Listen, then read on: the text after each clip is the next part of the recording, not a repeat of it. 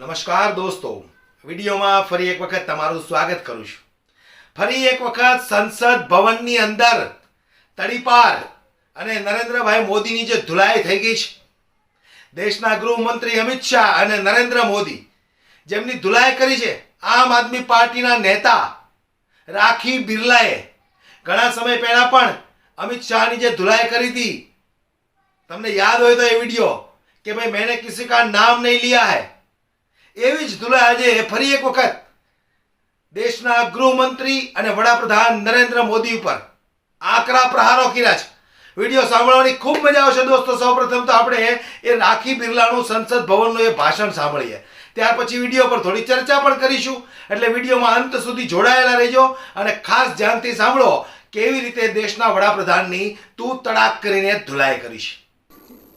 पिछले 1.5 साल से चल रही है कि किस प्रकार से देश के संविधान की आस्था पर और संवैधानिक संस्थाओं पर निरंतर चोट कर कर कुछ संकीर्ण मानसिकता के लोग, कुछ छोटी सोच के लोग बार बार इस बात का परिचय दे रहे हैं कि उनको सिर्फ और सिर्फ एक बात समझ आती है, एक शब्द समझ आता है, वो है तानाशाही.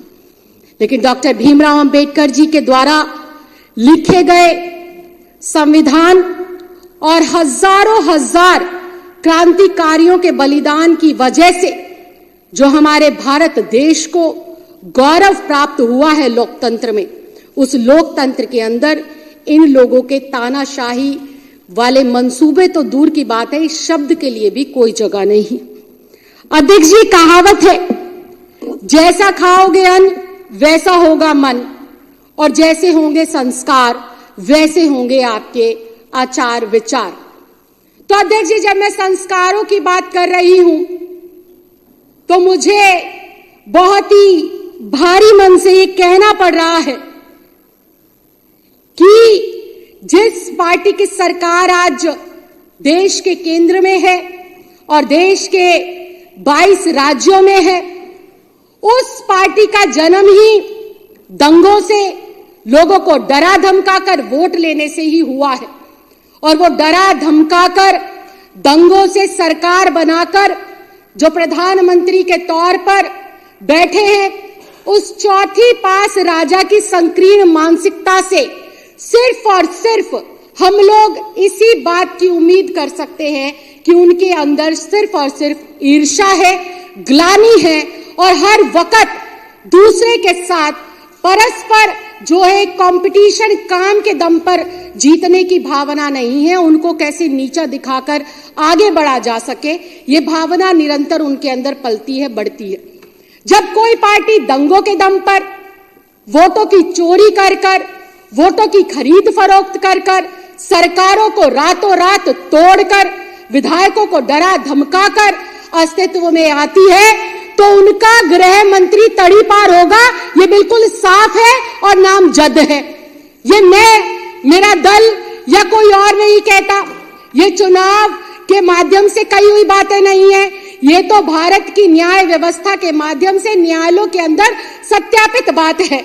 और जब आपकी मानसिकता इतनी संकीर्ण होगी, जब आप अनपढ़ता का परिचय देंगे, जब आप गुंडागर्दी का परिचय देंगे, तो निश्चित तौर पर यह बिल्कुल साफ हो जाता है कि एक पढ़े लिखे, एक प्रभावशाली, एक IITN से एक ऐसा व्यक्ति जो सब कुछ निछावर करता आया है वह भारती के लिए और दिल्ली वासियों के लिए, तो उससे मोदी जी को डर लगना लाजमी है.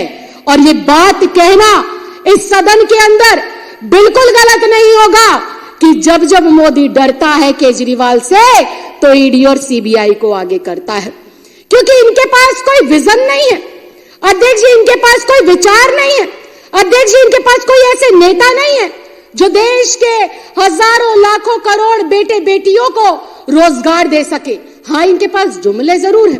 पिछली बार कहा था कि हर किसी को 15 लाख रुपए देंगे, इस बार कहा कि हर किसी को 2 करोड़ नौकरी देंगे, और फिर कहते अगर मैं ना कर पाऊं तो झोला उठाकर चला जाऊंगा.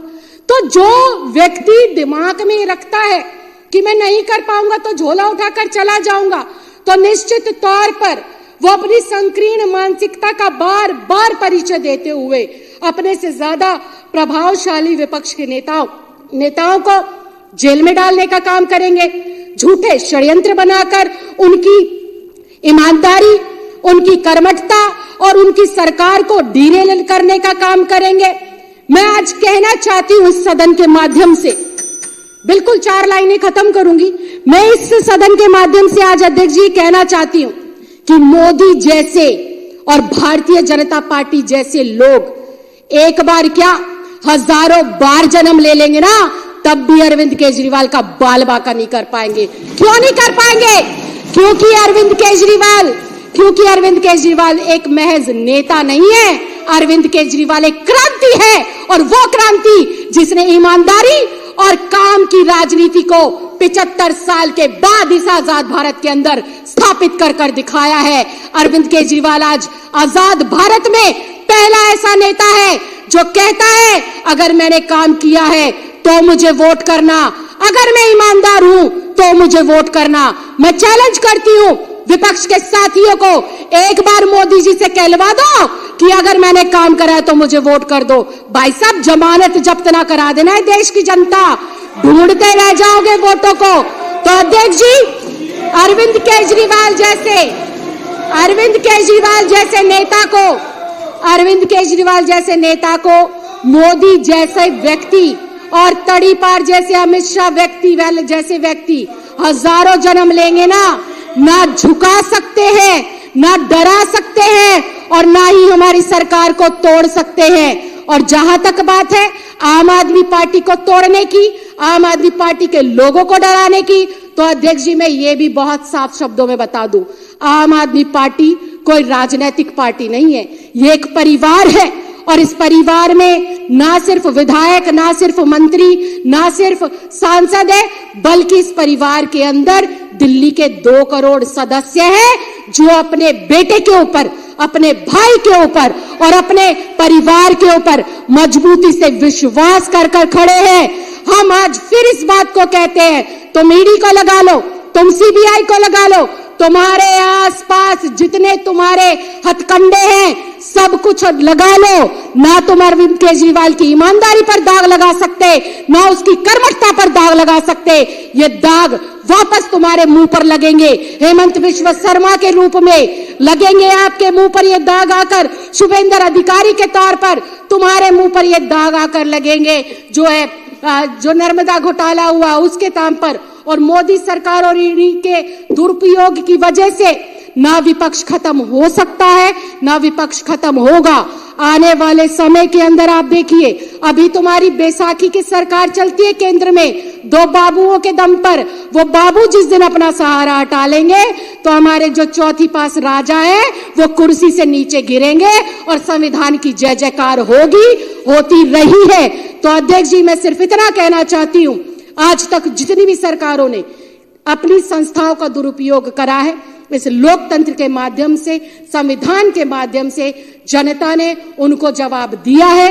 वो दिन दूर नहीं, दिल्ली में एक बार फिर से जनता भारतीय जनता पार्टी के कान पर इतनी जोरदार तमाचा मारेगी कि वो जो ये 8 सीटें हैं वो भी 0 पर सिमट जाएगी। अरविंद केजरीवाल जी को जनता प्यार करती थी, है और करती रहेगी। आज पूरी दिल्ली में एक ही नारा है, मेरा केजरीवाल ईमानदार है, मेरा केजरीवाल काम करने वाला है। और जब तक केजरीवाल है, दिल्ली के विकास को, दिल्ली के बुजुर्गों की तीर्थ यात्रा को, दिल्ली की विधवा बहनों की पेंशन को और दिल्ली के बच्चों की अच्छी शिक्षा, स्वास्थ्य को और बहनों की सुरक्षा को भारतीय जनता पार्टी के एक छोटे भैया नेता ना रोक पाए थे, ना रोक पाएंगे, और ना ही ये इस क्रांति को कभी भी अपने रास्ते से भटका पाएंगे। अध्यक्ष जी, आपने मुझे इतने कम समय में मेरे शब्दों को रखने का मौका दिया, बहुत महत्वपूर्ण विषय पर बोलने का मौका दिया। मैं चाहती हूं कि इस विषय को आज से और अभी से हम लोग इतनी गहराई से जन जन में पहुंचाएं कि वोट लेने के लिए किस प्रकार से कामचोर लोग एक काम करने वाले नेता की छवि को धूमिल करने का असफल प्रयास करते हैं। ये इस प्रयास में भी असफल रहे और चुनाव में भी 100% असफल रहेंगे। 70 की 70 सीटें केजरीवाल को, अपने बेटे को, अपने भाई को दिल्ली की जनता देकर रहेगी। તો સ્વાભાવિક છે જે રીતે વાત કરી છે એ સમજવા જેવી વસ્તુ છે દોસ્તો. આજ સુધી નરેન્દ્રભાઈ મોદીએ દેશની જનતા માટે, દેશને ઉપયોગી બને શિક્ષણ, સ્વાસ્થ્ય ઉપર ક્યારેય કોઈ કામ કર્યા નથી અને કોઈ ચર્ચા પણ કરી નથી. એટલે તો સંસદ ભવનમાં સાહેબની આવી ધુલાઈ થાય છે. હાલ વિડીયોમાં તમારું શું કહેવું છે મને કોમેન્ટ બોક્સમાં દોસ્તો જરૂરથી જણાવજો. નમસ્કાર.